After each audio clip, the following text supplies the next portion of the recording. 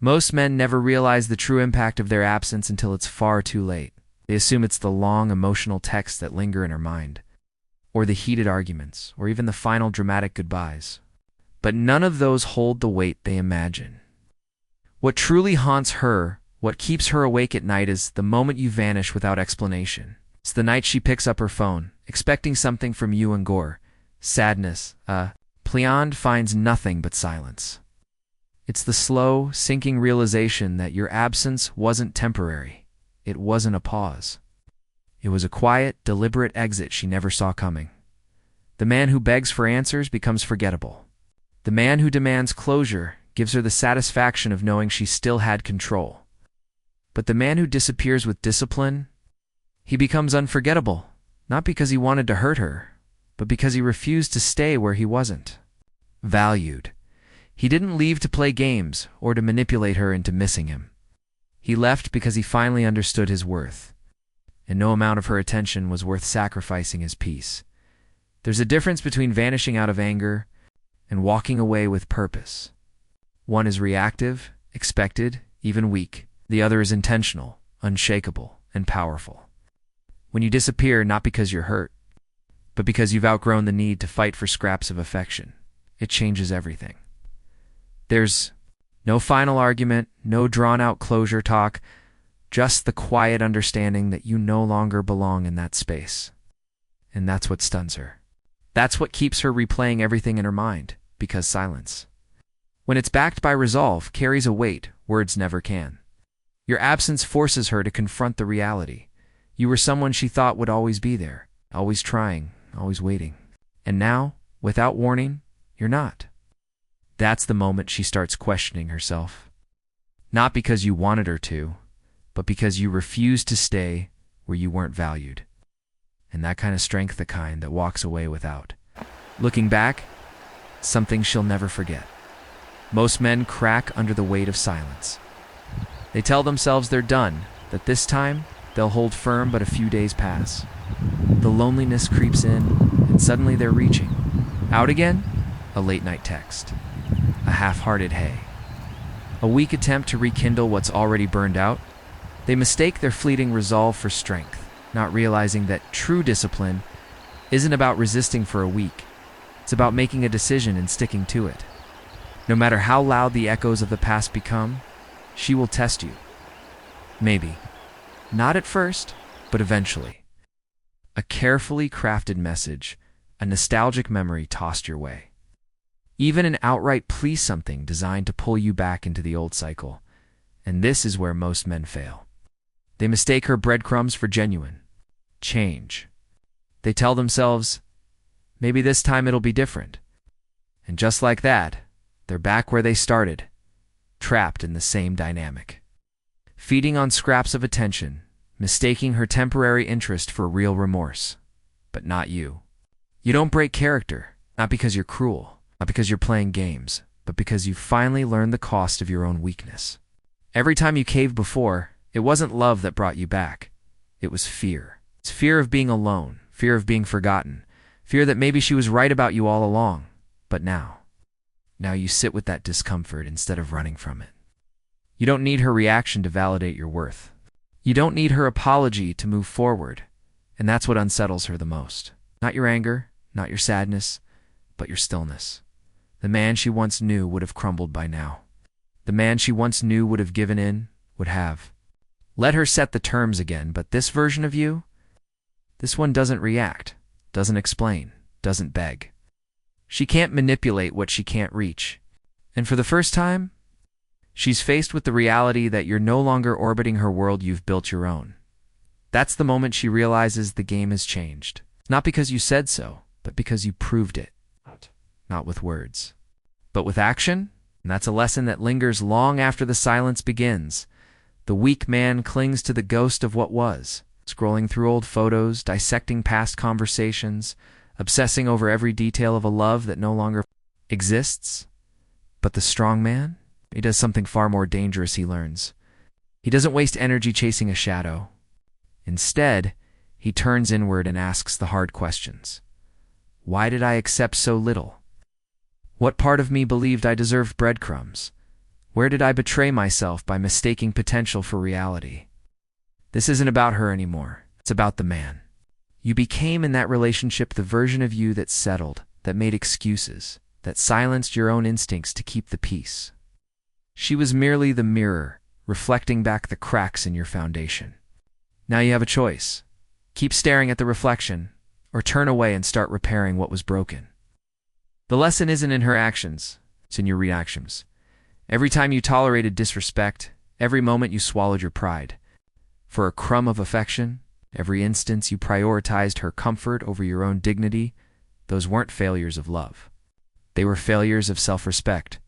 Most men skip this part, either drown in bitterness or rush into the arms of another distraction, carrying the same wounds into the next relationship. But you sit with the discomfort. You dissect the patterns. You stop romanticizing potential and start demanding reality. That photo you keep staring at, that wasn't love, it was potential. Those late-night texts you miss, it wasn't connection, it was convenience. The version of her you can't forget, she never existed outside your hopes. Here's the truth. They never teach you. Loss isn't the enemy. Wasted pain is. Every great man has been forged in the fires of disappointment, not by dwelling on who walked away, but by becoming someone who would never again abandon himself. The weak seek closure from others, the strong create it within. So stop waiting for her to explain. Stop needing her to regret. The only apology that matters now is the one you give yourself for staying too long, for believing too much, for forgetting your worth. Then stand up, take the lesson, and walk into the next chapter wiser. The man who does that doesn't just recover, he upgrades. The world is full of men performing their healing, posting gym selfies to broadcast transformation, crafting carefully curated social media narratives to provoke jealousy, manufacturing an illusion of success designed to scream, "Look what you lost." But real evolution happens in the quiet. True power doesn't announce itself. It simply exists, undeniable and unshaken. You're not here to prove your worth to spectators. You're here to embody it so completely that external validation becomes irrelevant. This is where most men get trapped in the cycle. They mistake visibility for value, attention for achievement. They sculpt their bodies for her wandering eyes rather than their own strength. They chase promotions to feed old resentments rather than personal purpose. Every performative act chains them tighter to the past they claim to have moved beyond. But you work in the dark where real growth happens, not for the moment she notices, but for the day you wake up and no longer care if she does. There's a seismic shift when a man stops trying to convince the world of his value and simply lives it. No more comparing, no more competing with ghosts. Just steady, disciplined becoming. The irony. This authentic transformation is what actually leaves an imprint. It's not the hollow posturing of revenge success, but the quiet confidence of a man who has outgrown the need to be seen. She may notice eventually, or she may not. By then, it won't matter, because the man you've become isn't waiting for her approval. He's too busy building a life so expansive that past heartbreaks now feel like ancient history. This is how you truly win, not by making her regret, but by reaching a place where her opinion holds no weight at all. The ultimate power move isn't forcing someone to see your value. It's cultivating so much that their recognition becomes meaningless. This chapter isn't about her. It's about who you choose to be in the absence of applause. The man who needs no audience is the most dangerous kind, because he's finally free. The final stage of transformation isn't marked by dramatic declarations or symbolic gestures. Happens in the quiet moments when you realize you've stopped counting the days since you last spoke. Most men never truly sever the connection. They keep mental tabs, preserve digital breadcrumbs, maintain just enough of a thread to pretend they've moved on while secretly hoping for one last chance. But real closure isn't something you get, it's something you create through ruthless commitment to your own evolution. You don't leave the door cracked open for nostalgia to creep back in. You incinerate the bridges, not with anger, but with the sober understanding that true growth requires absolute severance. Those old photos, deleted, The sentimental artifacts? Discarded? The late-night impulse to check her social media? Extinguished? This isn't about erasing the past. It's about refusing to let it colonize your present. Most men fail here, clinging to relics as emotional safety nets, never realizing these very attachments are what keep them trapped in cycles of stagnation. Now comes the most dangerous metamorphosis of all, when the lessons crystallize into permanent change. You're no longer the man who tolerated half-love because you've experienced the invincible peace of whole self-respect. The phantom limb of that old relationship still twitches occasionally, but you've learned to distinguish between missing someone and merely missing familiarity. Where most men spend years in suspended animation, you've chosen to fully inhabit your life with radical presence. This is where the alchemy happens. When your pain transforms into power, not through force, but through patient, disciplined becoming, you don't rise despite the heartbreak, you rise because of it.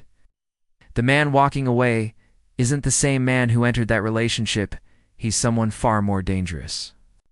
Someone who knows his worth isn't negotiable. Someone who understands that the most powerful exit isn't slamming the door, but walking through it with such quiet finality that it never occurs to anyone you might return. The chapter didn't end how you imagined it ended, how it needed to. And now you write the rest of your story without looking back.